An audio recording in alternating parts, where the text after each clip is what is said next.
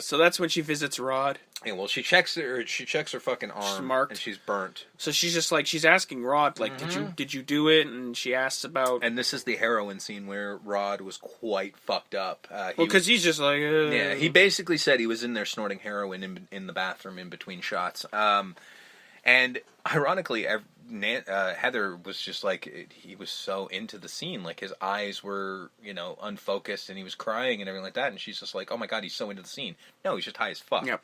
But it's actually pretty good. Like, it worked. She realizes that she doesn't get much out of him. No, because he basically proved that he had the same dream that she did. Yeah. By being like, the guy had knives for fingers and, things of that nature. And then I think he says something about how Tina got cut 4 slices at the same time. He's like, the cuts, I couldn't do anything because you didn't see him, you just saw cuts happening. And she gets freaked the fuck out and starts to leave. And he's just like, do you think I did it? And she just looks like, no. And then walks away. Goes home, takes a bath. Yep. I guess the other iconic image is the gloved... I would say this is probably the most iconic image from this movie. Because this is on posters, right? Yeah. Like the glove hand... So basically, she's taking a bath. Her mom's like, you can, don't fall asleep in there. And she's like, yeah, whatever.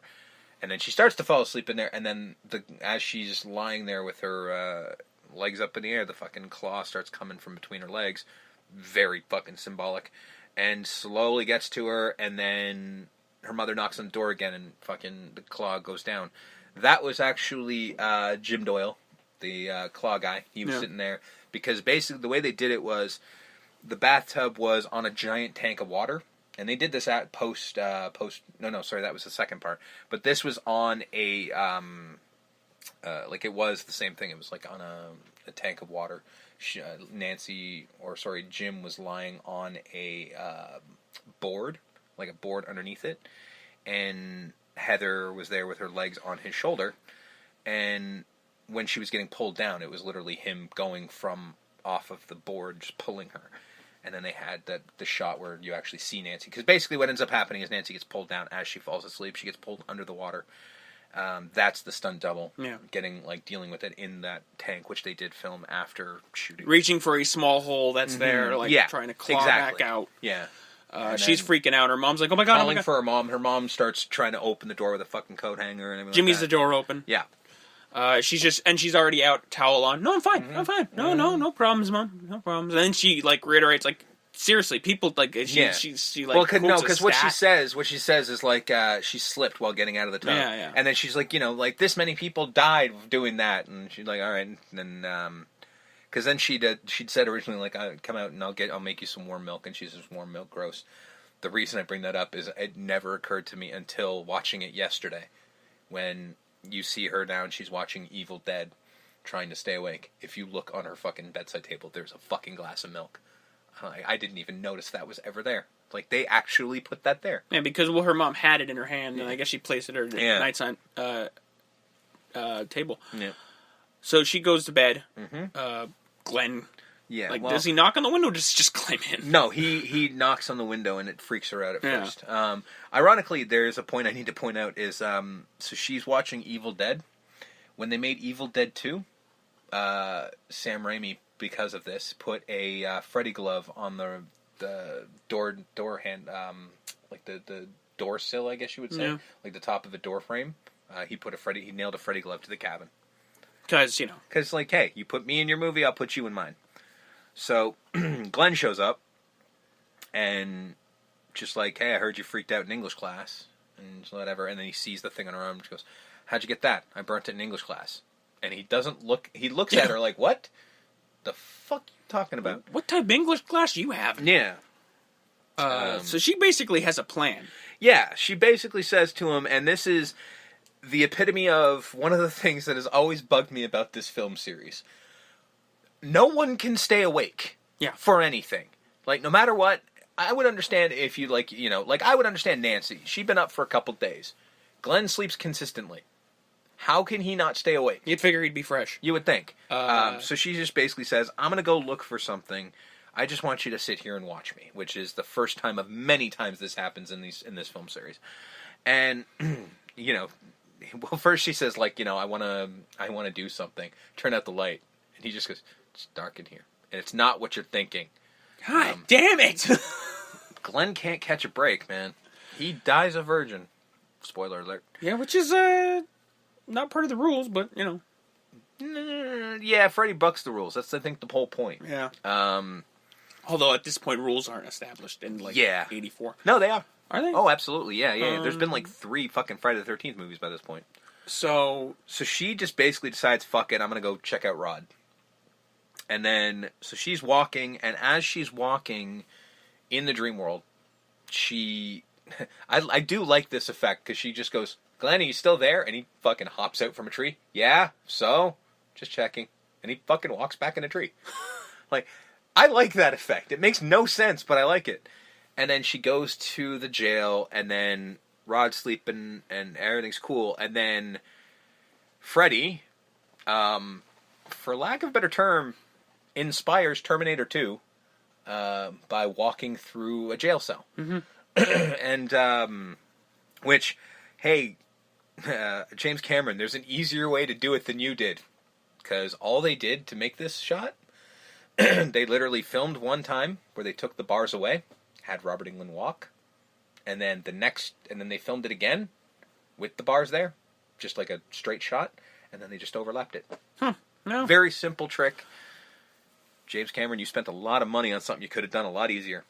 Because it looks great. So she goes to wake up, and she's woken up by an alarm she set as a backup plan. Freddy starts attacking. Yeah. Freddy attacks, and they get into, they start running, and this is actually where Heather cut her foot. Yeah. And this is the liquid stairs.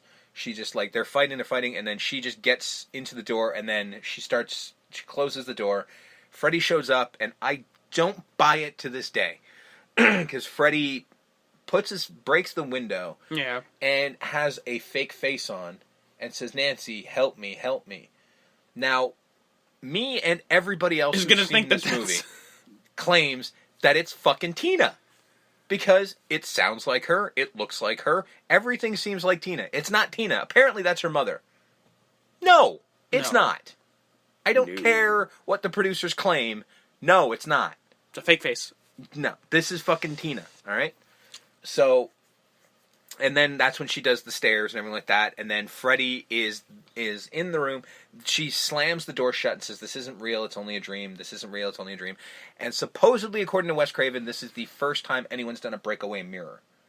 Because Freddy jumps through the mirror. Yeah. And they start having a bit of a fight. He pulls her up, which I think is fantastic looking. The way he pulls her up by the shirt looks fantastic. And then she grabs a pillow, he slashes the pillow, and there's fucking feathers everywhere, and that's when the alarm goes off. Yeah. And then she wakes up, and poor fucking Glenn, alright? The guy just falls asleep. He don't know what's going on. Hey, asshole. Yeah. One job. It is literally, she literally just had one job. I gave you one thing to do. All I asked you to do was stay awake and watch me, and you couldn't do that, you shit. And angry as fuck. Then her mom knocks on the door, and he just starts running out, and she goes, don't go away. And he fucking doesn't. Well, he goes out, and he kind of ducks out. He hunches on the fucking trestle. And I'm like, if I got yelled at like that for not watching her while she slept, fuck that bitch, I'm out. That would piss me off. Now, when Tina wakes up... Yeah, Tina. In the beginning, when Tina wakes up and she's slashed... Mm-hmm. Wouldn't the pillow be everywhere when Nancy woke up? Not everywhere, but there are feathers. Okay, because I'm thinking, shouldn't the bed just be covered in feathers when she wakes up out of the dream? You would think, but, I mean, first of all, in no point in the series is there Freddy's reaction into the real world ever explained about how it works. Okay. So, it's kind of, it goes back into It'll be in one scene, but it won't be. It usually goes back into our shut up, it's a movie kind of scenario, because there's really nothing you can say about that as far as this film series goes, but... So then they just say, all right, they go straight. We got to go to Rod because he's clearly getting out because he's in danger. Yeah, the thing that happened was Rod woke up. That was what saved him from Freddy the first time. So they go back and they go to Garcia, and Garcia's like, I took the night shift because I didn't want to be bothered. now I got you kids running in here, blah, blah, blah. And then that's when, her dad pops in, and it's just like, I don't like this. I got an unsolved murder in my town, and I don't like unsolved murders. Like, straight TV cop stuff. And then they just go and check on Rod, and by this point, the weirdest effect in the whole movie. His sheets. His sheets attack him. They filmed it in reverse. That's how that made sense. But you can see the wire. No. It always drove me nuts because the wire's sticking out at the end of the fucking bed. We're on a budget. It's there. We're on a budget. But weirdly enough, that one is never brought up, but all the other little gaffes are, and I'll point them out later on. And as soon as they get into the door, he's already been pulled out, choked out, and dead. He's hanged.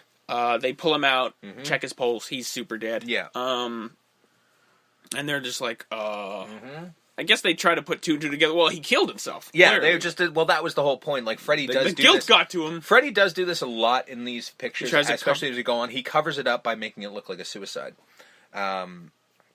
So we cut to a funeral, and it was finally explained to me, and it made sense, but it still even to this day throws me off. Everybody's sitting there, everyone's somber and black, and there's Nancy in the big bright blue. In a blue, like, you're... It made sense when somebody explained it to me, and I'm like, okay, well, alright, I can go with that. It's still ridiculous, but it works. Why in the blue fuck would a 15-year-old girl have a black dress? I don't know. Wouldn't they? In the 80s. I guess, fair enough. So she's got a bright blue dress because it's the only dress she has. You know what I mean? That was the reason. But they don't have funeral dresses? Like, they don't have a black dress for a funeral? Money. He's a fucking cop, and she's a drunk. Who's got money? They got a nice house. I don't know. Yeah, it's probably been paid for from his cop salary or something like that, and he's got no money left. You'd think they'd have black dress money. I don't think so. Either way, her mother takes her to a sleep study.